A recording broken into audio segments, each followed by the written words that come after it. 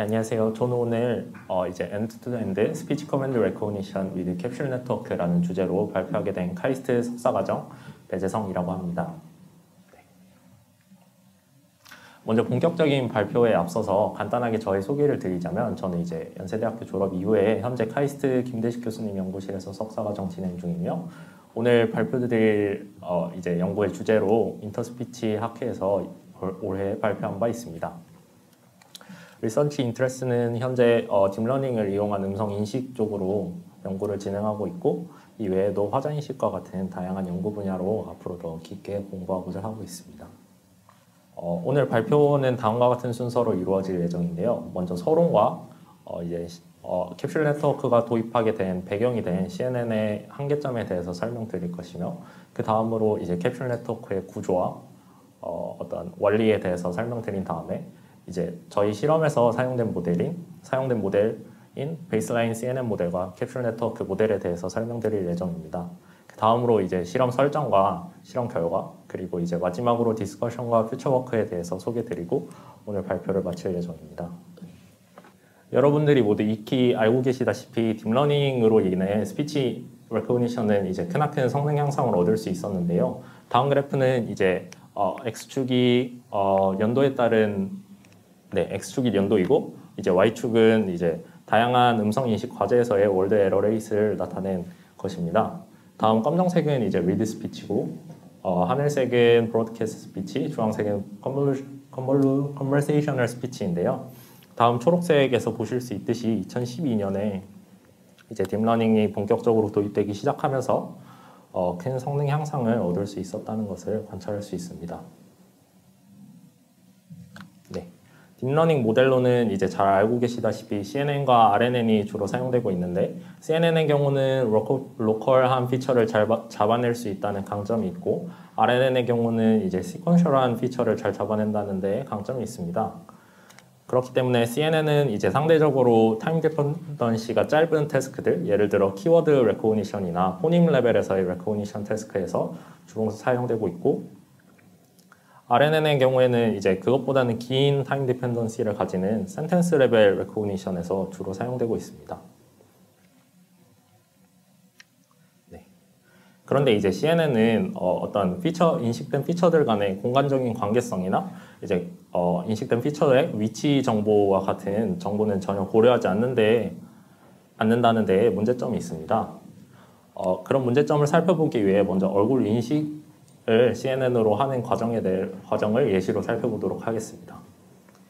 이제 다음과 같이 아주 낮은 CNN의 레벨에서 엣지와 컬러 그레디언트와 같은 아주 기본적인 이미지 피처들을 인식하게 되고 이렇게 인식된 이제 아주 낮은 레벨의 피처들을 통해서 그 다음 낮은 레벨 피처들인 눈, 코, 입과 같은 특징들을 인식하게 됩니다. 그 다음에 이제 최종적으로 하이어 레벨 피처인 이제 페이스를 인식하게 되는 구조를 가지는데요. 그런데 이러한 과정에서 이제 어떤 피처들 간의 공간적 관계성이나 피처들이 어디에 위치해 있는지는 이제 전혀 고려가 되지 않기 때문에 다음과 같이 이제 눈, 코, 입이 이상한 위치에 있어서 인간은 이제 얼굴이라고 인식하지 않는 그림에 대해서도 CNN은 얼굴이라고 인식하게 되는 문제점이 있습니다. 이제 다음을 조금 더 자세하게 살펴보기 위해서 각 눈, 코, 입에 대한 액티베이션 맵을 제가 한번 예시로 그려보았는데요. 이제 예를 들어 첫 번째 그림의 경우 이제 눈, 코, 입의 위치가 위에 중간과 아래와 같이 나타나는 반면에 이제 두 번째 그림의 경우 눈이 양쪽 끝 사이드에 있고 이제 코는 아래에 있고 입은 위에 있음에도 이제 CNN은 피처들이 어디에서 액티베이션 되는지는 고려하지 않기 때문에 이제 예를 들어 두 가지 경우에 모두에서 이제 O라는 스코어를 가지게 되고 두 가지 경우 모두에서 페이스라고 인식하게 됩니다.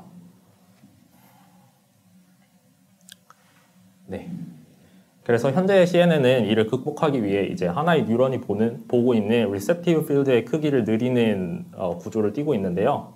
그렇게 리셉티브 필드의 크기를 늘리면 인식되는 피처들의 크기가 늘어나고 그런 피처들의 크기가 늘어나기 때문에 이제 피처들 간의 어떤 공간적인 관계성이 고려되지 않아도 어느 정도 좋은 성능이 나올 수 있게 됩니다. 이런 리셉티브 필드를 늘리는 크게 하는 방법으로는 주로 딥 아키텍처와 맥스플링이 사용되고 있습니다. 딥 아키텍처, 네, 그러나 이런 두 가지 방법으로는 이제 공간적인 관계성을 고려하지 않는다는 CNN의 한계점을 이제 근본적으로 해결할 수 없는데, 해결할 수 없을 뿐만 아니라 이제 딥 아키텍처는 여러분들이 잘 아시는 그레디언트 베니싱 프로블럼에 의해서 모델을 한없이 깊게 할 수 없고, 또한 맥스플링은 이제 가장 액티베이션이 큰 하나의 뉴런을 제외하고 모든 나머지 뉴런은 다 버려버리기 때문에 어떤 중요한 정보가 손실될 수 있다는 문제점이 있습니다. 네. 그래서 제프리 힌턴은 이제 계속해서 캡슐이라는 개념을 도입하고 싶어 했고, 작년 닙스 컨퍼런스에서 이제 다이나믹 라우팅 알고리즘을 이용한 캡슐 네트워크를 제안하였는데, 제안된 네트워크는 이제 CNN이 사용하고 있는 스칼라 아웃풋 뉴런을 벡터 아웃풋 뉴런으로 대체하고자 하였으며, 이제 CNN이 사용하고 있는 맥스플링을 라우팅 바이 어그리먼트 알고리즘으로 대체하여서 공간적인 관계성을 고려하고자 하였습니다. 네, 그래서 지금부터는 이제 제안된 캡슐 네트워크 알고리즘에 대해서 조금 더 자세하게 살펴보도록 하겠습니다. 먼저 캡슐에 대해서 살펴보면, 캡슐은 이제 앞서 말씀드렸던 스칼라 뉴런 대신에 사용되는 벡터 뉴런을 의미하는 것이고, 이제 저희는 XIL과 같은 이런 표기법으로 나타냈는데, 이는 L번째 레이어의 I번째 캡슐이라는 뜻입니다.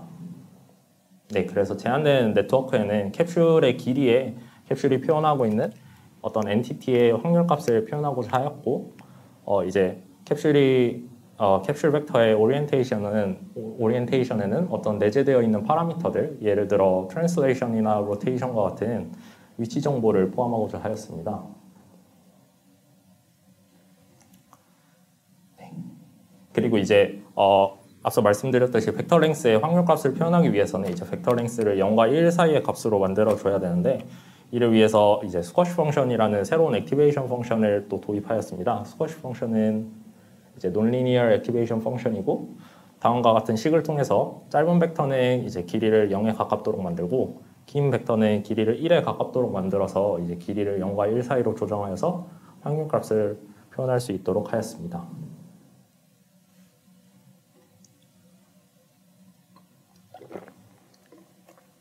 네. 다음으로 이제 캡슐 간의 어떤 관계성을 라우팅 바이 어그리먼트 알고리즘을 통해서 업데이트하고자 하였는데요. 다음과 같이 XIL, 즉 L번째 레이어의 I번째 캡슐과 L 플러스 1번째 레이어의 J번째 캡슐인 XJL 플러스 1을 1 사이의 관계를 학습하고자 할 때 이제 커플링 코에피션트 CIJL을 통해서 이를 학습하고자 하였습니다. 네. 그래서 자세한 알고리즘은 다음과 같은데요. 먼저 이제 라우팅 알고리즘의 인풋으로 L번째 레이어의 캡슐이 들어가게 되고, 그랬을 때 BIJ는 처음에는 0으로 이니셜라이즈 되면, 그 다음에 BIJ가 소프트맥스 펑션 안으로 들어가서 CIJ가 되게 되고, 네. 그렇게 구해진 CIJ와 이제 정의된 웨이트를 곱해서 L번째 레이어의 캡슐을 이제 L번째 레이어의 캡슐을 모두 더하고 스쿼시 펑션 안에 넣어서 L 플러스 1번째 레이어의 캡슐을 구했습니다. 네. 그 다음에 이제 최종적으로는 BIJ를 업데이트 하는데, 이때 업데이트 할 때 L번째 레이어의 캡슐과 L 플러스 1번째 레이어의 캡슐을 곱해주는 다음과 같은 어그리먼트 과정이 있는데요. 다음이 어그리먼트라고 표현되는 이유는 이제 L번째 레이어의 캡슐과 L 플러스 1번째 레이어의 캡슐이 비슷한 정보를 포함하고 있다면 이제 곱셈의 값이 커질 것이고, 만약에 다른 정보의 값을 표현하고 있다면 이제 곱셈의 값이 작아질 것이기 때문에 BIJ가 이에 따라 강화되거나 약화되는 구조를 띠고 있습니다. 네. 그래서 이렇게 BIJ를 R번의 라우팅 타임 동안 업데이트하고, 그래서 최종적으로 결과로 L 플러스 1번째 레이어의 캡슐인 XJL 플러스 1을 결과값으로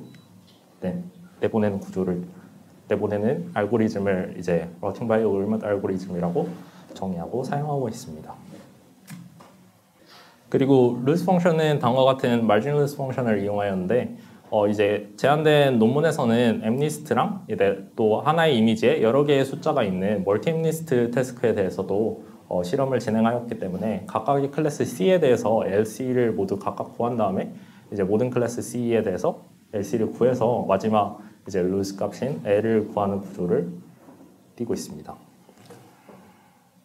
또한 이제 디코더 네트워크를 빌드해서 하나의 아웃풋 캡슐을 인풋으로 넣었을 때 이미지를 생성할 수 있도록 하였는데요. 네, 다음과 같이 하나의 캡슐이 들어갔을 때 세 개의 플리 커넥티드 레이어를 이제 거치면서 이제 여기서는 MNIST로 테스트하였기 때문에 MNIST 이미지를 생성해내는 것을 목표로 하였습니다. 이제 트레이닝은 MSE 루즈를 통해서 트레이닝 되었고 이렇게 구해진 MSE 루즈를 이제 앞서 말씀드린 마진 루즈에 스케일 다운해서 더해 주었는데 이렇게 스케일 다운해서 더해 줌으로써 약간 레귤러라이제이션 턴과 같은 역할을 또 수행할 수 있도록 하였습니다. 네, 그래서 이제 기존 논문에서의 MNIST 결과에 대해서 살펴보면 먼저 클래시피케이션의 경우 보실 수 있듯이 MNIST랑 멀티 MNIST 태스크 모두에서 베이스라인 CNN보다 캡슐 네트워크가 더 좋은 성능을 나타낸다는 것을 관찰할 수 있었고 또한 이제 앞서 말씀드린 디코더 네트워크를 통해서 이미지 복원 또한 성공적으로 이루어냈는데 이제 저자들은 이런 이미지 복원을 통해서 캡슐이 어떤 정보를 표현하고 있는지 살펴보고자 하였습니다. 그래서 여기 나와 있듯이 마이너스 0.25에서 0.25까지의 0.05 간격으로 이제 캡슐의 어떤 하나의 디멘션의 값을 바꿔가면서 이미지의 변화를 관찰하여 보았는데요. 네, 그랬을 때 다음과 같이 이제 예를 들어 어떤 캡슐의 첫 번째 디멘션의 값을 바꿨더니 다음과 같은 이미지의 변화가 일어났고 그로 인해서 이제 첫 번째 디멘션은 스케일과 티크니스를 학습하는 것으로 추측하고 뭐 예를 들어 두 번째 디멘션은 뭐 로컬라이즈 파트를 학습하는구나와 같이 이제 캡슐이 어떤 정보를 학습하는지 유추하였고 이를 통해서 이제 캡슐이 공간적인 정보를 성공적으로 학습한다고 이제 결론 지었습니다. 네, 여기까지가 이제 제한된 논문에 대한 설명이었고 지금부터는 제가 실험에 사용한 베이스라인 CNN 모델과 캡슐 네트워크 모델에 대해서 설명드리도록 하겠습니다. 먼저 베이스라인 CNN 모델은 다음과 같은 3개의 컨볼루셔널 레이어 뒤에 2개의 플리 커넥티드 레이어가 오고 그 다음에 드랍아웃과 마지막으로 이제 클래스 사이즈를 맞추기 위해서 플리 커넥티드 레이어와 소프트맥스를 추가하였습니다. 이제 컨볼루셔널 레이어 사이에 오는 맥스플링은 1/3 커널 사이즈를 가졌는데 이러한 것은 이제 다양한 CNN을 이용한 다른 논문들을 이제 참조하여서 정하게 되었습니다. 실험 과정에서는 이제 컨볼루셔널 레이어와 플리 커넥티드 레이어의 커널 사이즈와 채널 사이즈를 변화시켜가면서 실험 결과의 변화를 관찰하였습니다. 캡슐 네트워크의 구조는 다음과 같은데요. 이제 먼저 두 번의 컨볼루셔널 레이어 이후에 이제 산출된 결과 값을 리쉐이프하여 인풋 캡슐 레이어를 빌드하였고 이제 아웃풋 캡슐 레이어는 저희가 30개의 라벨을 사용하였는데 30개의 라벨과 동일하게 30개의 캡슐로 설정하였습니다. 인풋 캡슐 레이어랑 아웃풋 캡슐 레이어 사이의 관계성은 이제 라우팅 바이 어그리먼트 알고리즘을 통해서 업데이트하여 주었습니다. 그 다음에 이제 저희는 최적의 구조를 찾기 위해 5개의 하이퍼 파라미터를 설정하고 이제 순차적으로 변화시켜가면서 이제 최적의 캡슐 네트워크 구조를 찾고자 하였는데요. 첫 번째로는 이제 2개의 컨볼루셔널 레이어의 커널 사이즈를 하이퍼 파라미터로 두었고 두 번째로는 이제 마지막 단에 디코더는 지금 생략되어 있는데 디코더 네트워크의 유무를 이제 하이퍼 파라미터로 설정하였고 세 번째로는 여기는 64인 채널 캡슐 네트워크의 채널 사이즈를 이제 네 번째와 다섯 번째로는 인풋과 아웃풋 캡슐 레이어의 벡터 랭스를 하이퍼 파라미터로 설정하였습니다. 이제 데이터셋은 구글 스피치 커맨드 데이터셋이라는 데이터셋을 사용하였는데요. 구글 스피치 커맨드 데이터셋은 오픈소스 데이터셋으로 약 64,000개의 오디오 파일로 이루어져 있고 크라우드 소싱을 통해서 이제 모집되었습니다. 크라우드 소싱 과정에서 어떤 스트릭트한 가이드라인이 주어지지 않았기 때문에 이미 약간의 노이즈가 컨테인 되어 있다고 가정하였고 라벨은 다음과 같이 20개의 메인 라벨과 10개의 썸 라벨 그리고 6개의 백그라운드 노이즈 라벨이 제공되었습니다. 이제 코맨드 라벨의 경우 1초의 오디오 파일로 이루어져 있었고 백그라운드 노이즈의 경우 이제 약 7에서 8초 정도의 오디오 파일이었으며 노이즈 하나별로 1개의 오디오 파일이 제공되었습니다. 네, 이렇게 제공된 오디오 파일을 4D 디멘셔널 로그멜 필터 뱅크를 이용해서 프리 프로세싱 하였고 네, 이때 윈도우 사이즈는 20ms, 스트라이드는 이제 10ms마다 계산해 주었습니다. 노멀라이즈는 제로민과 유니베리언스를 사용하도록 유니베리언스가 되도록 노멀라이즈 해 주었고 이제 각각의 10%는 밸리데이션과 테스트셋으로 분류해서 사용하였습니다.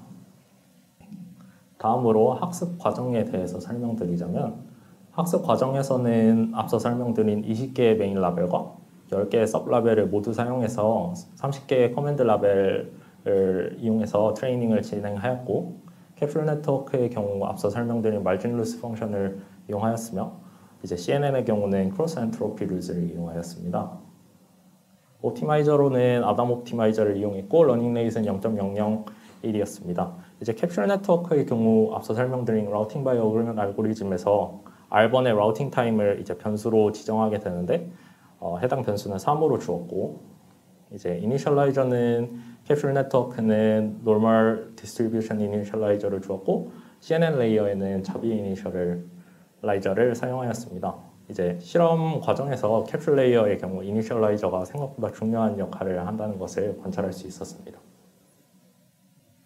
평가는 이제 클린한 환경과 노이지한 환경 모두에서 평가를 하고자 하였습니다. 네. 이때 평가에서 라벨은 20개의 메인 커맨드 라벨은 그대로 사용하고 이제 10개의 서 커맨드 라벨은 하나의 언레코니션 라벨로 대체하여서 사용하였습니다. 노이지한 환경을 만들기 위해서는 이제 제공된 백그라운드 노이즈를 사용하였는데 이제 백그라운드 노이즈 6개의 타입 중에서 1개의 타입을 랜덤하게 픽했고 또 그 랜덤하게 픽한 노이즈 오디오 파일 안에서 7에서 8초 정도의 길이이기 때문에 랜덤하게 또 1초를 픽해서 클린한 오디오 파일에 5dB SNR로 더해 주었습니다.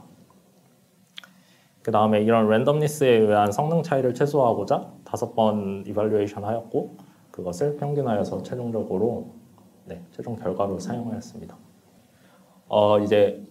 CNN과 캡슐 네트워크의 결과는 다음과 같았는데요.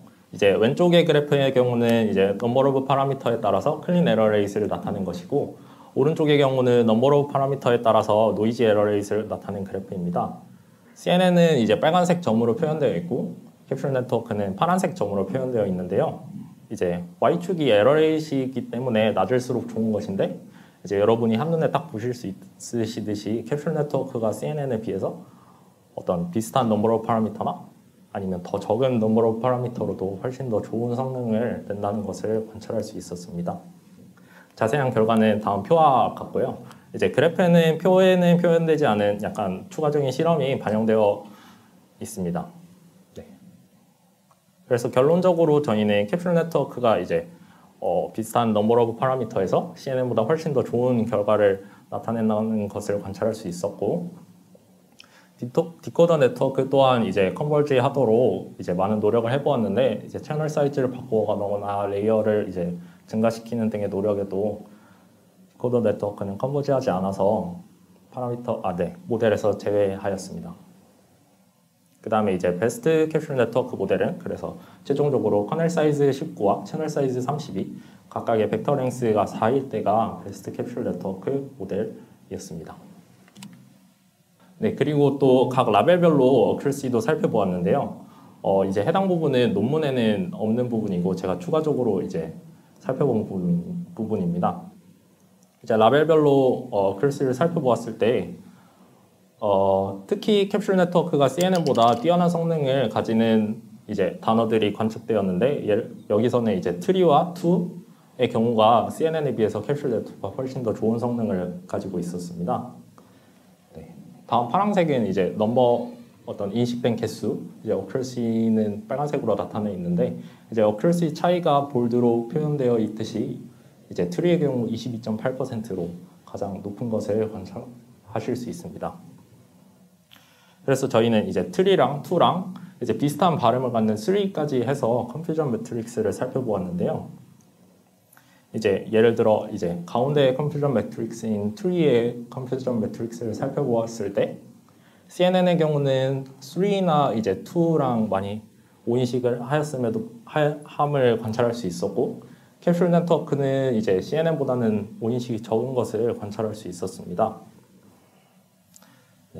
이러한 현상은 2에서도 동일하게 관측되었고 저희는 그래서 이것이 이제 캡슐 네트워크 어떤 주파수 축이나 시간 축의 공간적인 관계성을 고려하기 때문에 이제 비슷한 발음을 CNN보다 훨씬 더 잘 구별할 수 있는 것이 아닐까 하고 유추는 해보았지만 이제 이것을 더 명확하게 보이기 위해서는 추가적인 실험을 현재 계획 중에 있습니다. 그래서 디스커션과 콘클루전으로는 캡슐 네트워크가 디스커션과 콘클루전으로는 그래서 캡슐 네트워크는 커널 사이즈가 약 19 정도였고 CNN은 약 5에서 7 정도였는데 그래서 캡슐 네트워크의 커널 사이즈가 CNN보다 훨씬 더 클 수 있었던 이유는 저희는 이제 벡터 뉴런을 사용하기 때문에 더 많은 인포메이션을 포함할 수 있기 때문에 CNN에 비해서 더 큰 커널 사이즈로도 학습이 성공적으로 이루어진다고 생각하였고 또 이제 비슷한 넘버 오브 파라미터에서 캡슐 네트워크가 훨씬 더 성능이 좋았기 때문에 이제 저희는 이것이 캡슐 네트워크가 스피치 피처들을 훨씬 더 효율적으로 뽑아낸다고 결론 지었습니다.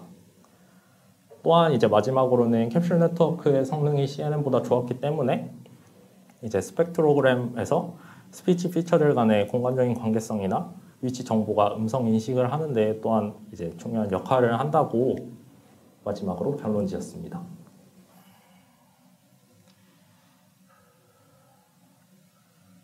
네.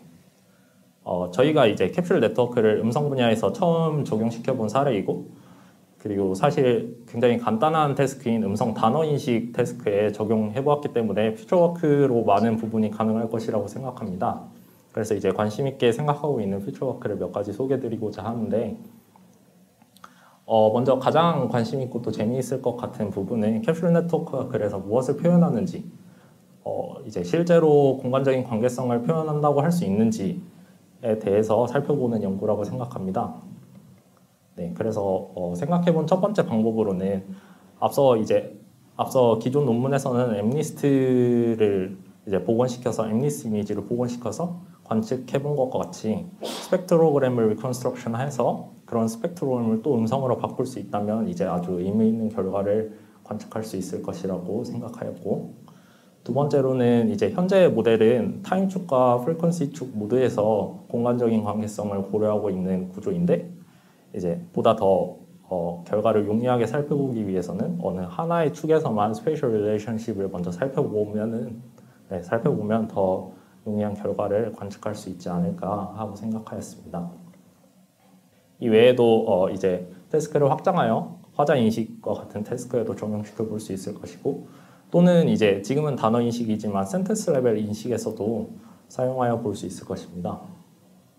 저희가 사실 이제 먼저 시도했던 태스크는 티밋 데이터셋에서 CTC 루즈를 이용해서 포님 레코그니션을 하고자 하였는데 이제 CTC 루즈를 이용하고자 하다 보니까 타임 도메인을 그대로 이제 보존할 필요성이 있었고 웨이트가 그래서 5디멘션까지 늘어나서 배치 사이즈를 1 또는 2로밖에 할당하여 줄 수 없어서 해당 부분에 이제 미래의 컴퓨테이셔널 파워가 좋아지거나 이제 또는 타임 축을 보존하지 않아도 되도록 미리 세그멘테이션 과정 등을 추가해서 이제 캡슐 네트워크를 활용해 보는 방안을 생각 중에 있습니다.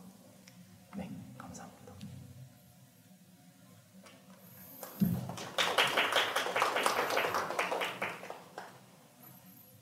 안녕하세요. 발표 잘 들었습니다. 네, 고맙습니다. 그 리절트 테이블에서 네. 그 파라미터 개수 이제 해주신 게 이제 M이죠. 밀리언이잖아요. 네, 맞습니다. 그 혹시 막 네트워크를 더 줄여가지고 시험해 보신 그런 게 있나요, 혹시? 캡슐 네트워크는 일단 이거보다는 줄이기 힘들었던 것으로 생각이 되었고 CNN 모델의 경우에는 줄이도록 또 노력을 해보았으나 잘 이제 수렴하지 않아서 다음과 같은 구조를 사용했던 것으로 기억하고 있습니다.